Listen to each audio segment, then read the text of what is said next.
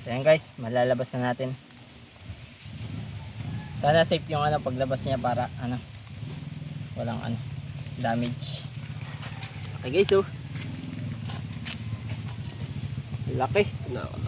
Grabe. 1 kilo na to. Laki ng sipit kaya matigas. Okay, matigas guys. Laki.